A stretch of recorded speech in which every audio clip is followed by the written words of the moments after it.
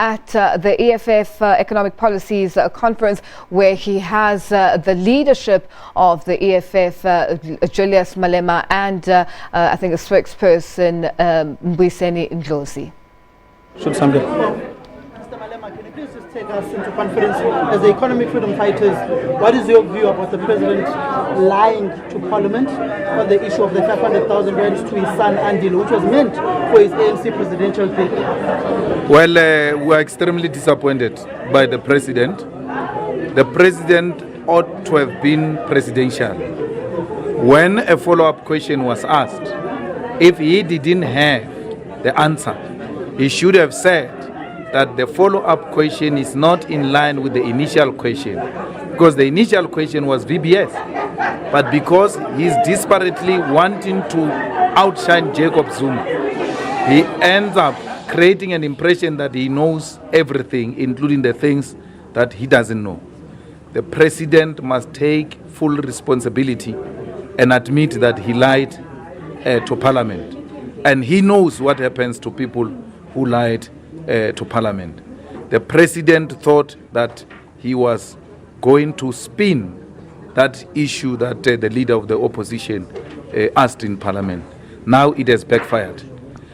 Well, the president, on his own accord, came back to Parliament and said, I misunderstood the question, and therefore I seek to clarify that question. It's a matter that we'll deal with in Parliament. What does it take? Okay, and then Jackson Mthembu has already taken it to Twitter, the ANC chief whip in Parliament, saying that it's a sign of good leadership that he's actually sort of taken a spin. It shows that he's got what it takes to be the leader. No, he didn't take a spin. Let me tell you, the intelligence bosses are releasing information about the finances of Nazareth. Too much money was used in Nazareth. That money was not declared. The president never declared that he has established a trust which was meant to finance his campaign for the ANC presidency. Only now the president makes a U-turn. Why? Because the president has been briefed that the question the leader of opposition asked comes from the intelligence bosses. It's not the first one. There's more coming on the finances of Nazareth. So I don't know what's going to happen to Mr. President. Can you please just say more is coming on the finances of Nazareth? What is exactly coming? Because I know one of the Sunday newspapers is leading with the finances of the Nazareth conference, the slush funds that are rolling around that particular conference. What information do you have? How much money was being splashed around in that conference? Well, you remember the Zuma group used government slush fund to finance Nkosazana's campaign.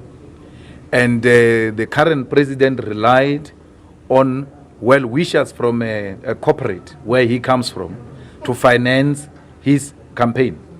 Firstly, the Integrity Committee of the ANC should ask the question, is that allowed? The president has now confessed that there was money put in a trust to support his presidential bid in the ANC.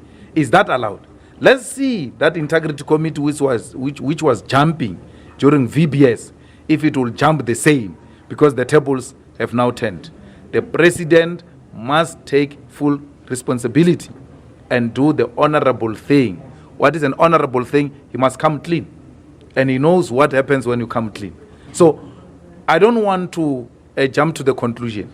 My sources told me as I was walking in here, they said, Mr. Malema, wait a bit. That's nothing.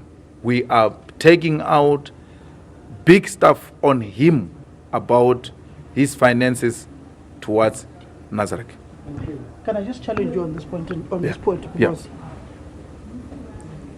if you say he must do the honorable thing, as South Africans, we've become accustomed to the honorable thing, in the words of Paul Mashatile, as putting in your resignation, and in the words of the EFF, putting in your resignation.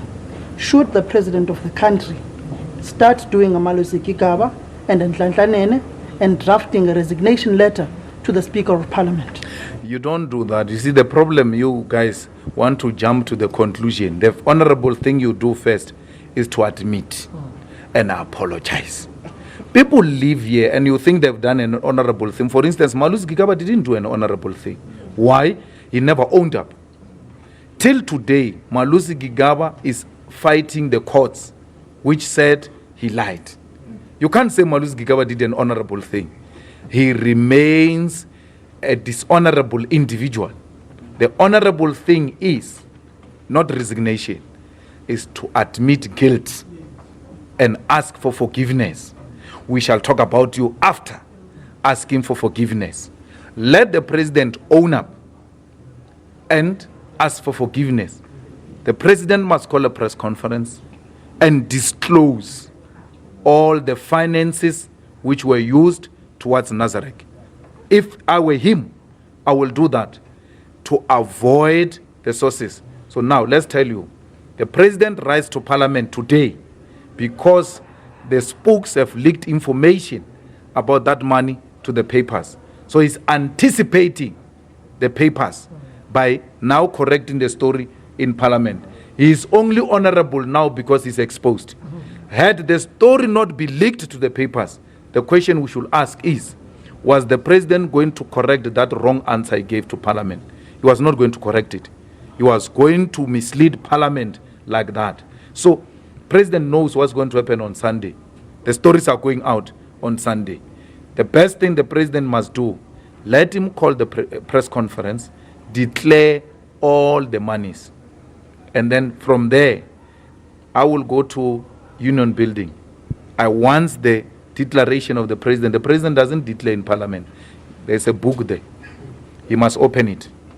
I want to see this money which he's talking about in that book, where he has declared the money. And if he has not declared the money, that is a breach of code of ethics. He knows that. So don't rush to the conclusion. It's just at the beginning. We're just starting. We shall drive each other like this until 2019 elections. Let South Africans do again like they did before. Elect the dishonorable people who are stealing the money, not declaring it, and being unapologetic about it. Okay, let's talk yourselves, EFF and AfriForum now. Yes. I was in court sometime this week during when apparently you were ordered to pay some costs, looking at the fact that there's this issue of land and things like those. It seems from where I'm sitting between the two of you, EFF and AfriForum, the fight is still ongoing. But from where I'm sitting, you are kind of losing if you always have to pay legal costs. What's your reaction? Well, the EFF is formed to fight things like AfriForum. So when there is a fight against AfriForum, it must not shock anyone. We are for such things. We want to defeat the arrogance of Afrikaners in South Africa. AfriForum lodged a court action against the EFF. The EFF lawyers did not respond. AfriForum got a default judgment, and then they got the cost. We heard through the papers as leadership that there was a court hearing against the EFF and the EFF did not oppose, and therefore there was default judgment. We immediately instructed the lawyers. We thought it was an innocent, honest mistake. Please apply to rescind that judgment, because the judgment says we can't talk about expropriation of land without compensation or occupation of land. We must also remove that on the website of the EFF. Once you remove the land on the EFF, you have removed the EFF, because the EFF is the land. So no court can come to such a conclusion. But they did because the EFF did not challenge it. Rescind the judgment. They go and apply for rescinding of judgment. We tendered the cost to AfriForum. We said, yes, we take responsibility. We might have erred. We'll pay you. Then they agreed. Then the judge said, no, I'm not prepared to listen to you on rescinding. Go away. We then lodged an appeal on the initial judgment. Our lawyers, once more, put an appeal and do not put an affidavit. So when you put an appeal, you suspend the earlier judgment. So the AfriForum then suspected that the EFF is just putting an appeal without an affidavit so that they can suspend the earlier judgment and continue business as usual. Because we failed to put an affidavit, they then put the matter for hearing. They set a matter for hearing. The EFF was not there. And then they got another judgment dismissing that EFF application for leave to appeal. So that's where we were. So we were subjected to mediocre and unprofessional conduct by our own lawyers. And we've since changed the legal team, and we've put in a new legal team. We are now going straight toe-to-toe with an AfriForum. They did not win on merits. They won on technicalities. We're still going to hear the real story. Mishabi, one last one from me. I just wanted to know, in terms of the VBS, of course, you say that there wasn't any challenge in that particular regard when it was liquidated. What do you think should happen now? I understand a lot of people have come out to say that the model should be kept and try find new people who would run something which is similar to VBS. Should VBS now be resuscitated? Or should we try find something looking like VBS and ensure that we put all the resources to it? We are going to put a group of experts, the bankers and the legal team, and then they must advise us on what can be done. If there are still options to appeal the liquidation or anything of that sort, I will be interested to argue the leadership of the EFF to pursue that. We must be ashamed of ourselves, where all of us just decided to fold our arms when a black bank was being closed down. And because there was this narrative that anyone who tries to save it is corrupt. And because we don't want to be seen to be corrupt, we all ran, including the EFF. So we must take full responsibility that once more we failed black people. And therefore, we must find a way of saving the VBS. And if the horses have bolted, it will be unfortunate. Then the second option will be to look at the same model and then work with people who are ready to form a similar bank and help them to get a license. The financial sector participants here told us that you have allowed VBS to close down. We hope you know what it takes to just get a license.